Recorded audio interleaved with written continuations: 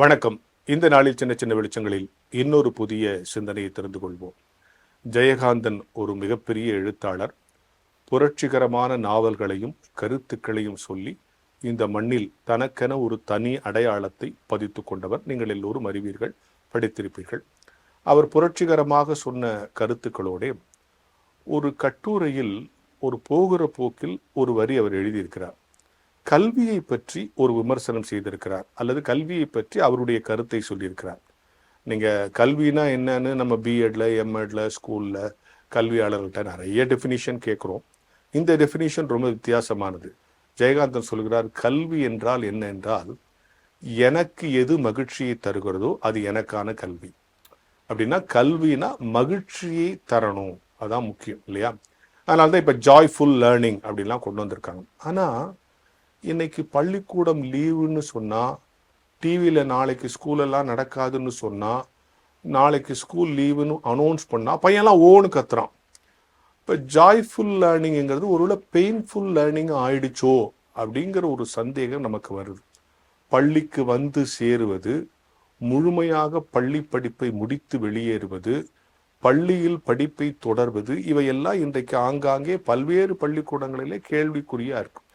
எனவே பள்ளி படிப்பு என்பது கசக்கிற விஷயமாக அல்லது திணிக்கிற விஷயமாக மாறிவிட்டதோ என்கிற கவலை எல்லோருக்கும் இருக்கிறது. அது யாரும் மறுக்க முடியாது. ஒன்று, நிர்பந்திச்சு கொண்டு வந்து ஸ்கூல்ல சேர்க்கிறோம். அப்படி ஸ்கூல்ல சேர்த்த பிறகும் அவனுக்கு ஃபோர்ஸ் பண்ணி சில விஷயங்களை செலுத்துற மாதிரி இருக்கே அப்படிங்கிற சிந்தனை இப்ப தோன்று. அதனால தான் ட்ராப் அவுட்ஸ். எங்க போயிட்டான், படிக்கிறானா, படிக்க பாதியிலே நிறுத்திட்டான், ஸ்கூலை விட்டு போயிட்டான், 8th போயிட்டான், டிசி வாங்கி போயிட்டான் அப்படின்லாம் வர்ற காரணம் என்னன்னா, இது இனிக்கிற விஷயமாக இல்லாமல் திணிக்கிற விஷயமாக மாறிவிட்டதோ என்கிற நியாயமான கவலையை குறித்து ஆராய வேண்டிய கட்டாயத்தில் நாம் இருக்கோம். சின்ன வயசுல தெனாலிராமன் கதை ஒன்று நம்ம படிச்சிருப்போம். பூனை வந்து பாலை சும்மா குடிச்சுன்னு போதும் ஒரு நாள் என்ன பண்ணிட்டாராம், பாலை நல்லா கொதிக்க வச்சுட்டாராம். பூனை வந்து வாயை வச்சு நாக்கு வந்தோடனே அன்னையிலேருந்து அந்த பூனை, அவர் வளர்க்குற பூனை பால் பக்கமே திரும்புறது இல்லைன்னு ஒரு கதை நீங்கள் படிச்சிருப்பீங்க. நானும் எப்பயோ படிச்சிருக்கேன். அது மாதிரி நம்ம சிலபஸை ரொம்ப ஹெவி ஆக்குறோம், ஜாஸ்தி ஆக்குறோம், கியூஆர் கோட்லாம் வச்சுட்டோம், அது பண்ணுறோம் இது பண்ணுறோன்னு எல்லாம் சொல்லி கடைசியில் இந்த ஹெவியே அவனை வந்து பயமுறுத்தி படித்து முடித்து விட்டு வெளியேறுவதை விட பள்ளிக்கூடத்தை விட்டே வெளியேறுவது, பாடத்தை விட்டே வெளியேறுவது என்கிற சூழல் உருவாகிவிட்டது இல்லையா? இப்போ இதுக்கு என்ன பண்ணுறது அப்படிங்கிறது ஒரு நியாயமான கவலை. பாடத்தை நோக்கி பையனை ஈர்க்கிற விஷயம், பள்ளிக்கூடத்தை நோக்கி அவனை ஈர்க்கிற விஷயங்களை செய்ய வேண்டிய கட்டாயத்தில் நாம் இருக்கிறோம். இன்னைக்கு பெரும்பாலான பள்ளிக்கூடங்களில் நிறைய விஷயம் சொல்கிறாங்க. இப்போது சார் நாங்கள் நிறைய கோச் பண்ணுறோம், கோச்சிங் கிளாஸ் எல்லாம் போகிறோம்னு சொல்கிறாங்கல்ல. என்னை பொறுத்த வரைக்கும் இந்த கோச்சிங்குங்கிற சொல்லே அகடமிக் சொல் கிடையாது, அது ஸ்போர்ட்ஸ் சொல். எங்கே கோச் பண்ணாங்க? ஃபுட்பால் கோச்சிங் போயிருக்கார் சார், கிரிக்கெட் கோச்சிங் போய் அங்கே தான் கோச் பண்ணுவாங்க. கோச் பண்ணுறது வேற, டீச் பண்ணுறது வேற. இன்றைக்கு பள்ளிக்கூடங்கள் எல்லாம் கோச் பண்ணி ஒருத்தனை வெளியே அமிச்சிட்டா போதும் அப்படின்னு நினைக்கிறாங்க இல்லையா?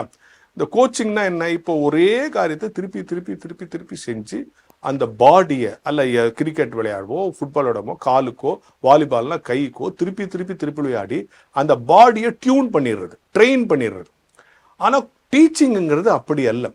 சில உண்மைகளை சொல்லி கொடுத்து அவனை சிந்திக்க விடுவது. இதுதான் சொல்லணும். நீங்கள் ரொம்ப நாளைக்கு முன்னால் ஒரு பத்திரிகையில் 2 படம் கொடுத்து 6 வித்தியாசத்தை கண்டுபிடிங்கன்னு சொல்லுவாங்கல்ல. இப்போ அது வர்றதில்ல. சில ஒரு பத்திரிகையில் அது ரொம்ப ஃபேமஸாக இருக்கும். அந்த பத்திரிகை வந்தோடனே 2 படம் கொடுப்போம், இந்த படத்தின் 6 வித்தியாசங்களே ஒரே மாதிரி இருக்கும். ஆனால் 2 படத்துக்கு ஒரு மைனூட்டாக 6 வித்தியாசம் இருக்கும். அது எவ்வளோ பெரிய உளவியல் உண்மை தெரியுமா? அவன் 2 படத்தையும் ஊர்ந்து பார்ப்பான், 2 படத்தையும் ஆழமா பார்ப்பான், 2 படத்தையும் உள்வாங்கிப்பான், அதுக்கப்புறம் ஒன்னொன்னுக்குள்ள இருக்கிற டிஃப்ரெண்ட்டை கண்டுபிடிப்பான். இதுதான் கல்வி. இந்த சமூகத்தில் அவனை சிந்திக்கிற, அவனை செயல்படுத்துகிற கல்வியை உருவாக்க வேண்டும். அவன் போன பாலவு இருக்கிற நிலைமைக்கு நம் மாணவர்கள் வந்துவிடக்கூடாது. மீண்டும் ஜெயகாந்தன் சொல்வதை நிறைவு செய்கிறேன். எது மகிழ்ச்சியை தருகிறதோ அதுதான் எனக்கான கல்வி. கல்வி மாணவர்களுக்கு மகிழ்ச்சி தருகிற வகையில் பள்ளி செயல்பாடுகளும் பாடத்திட்டங்களும் தேர்வு முறைகளும் மாற்றப்பட வேண்டிய நிமிடங்களில் நாம் நின்று கொண்டிருக்கிறோம் என்கிற ஞான வெளிச்சத்தோடு இந்த நாளை தொடங்குவோம்.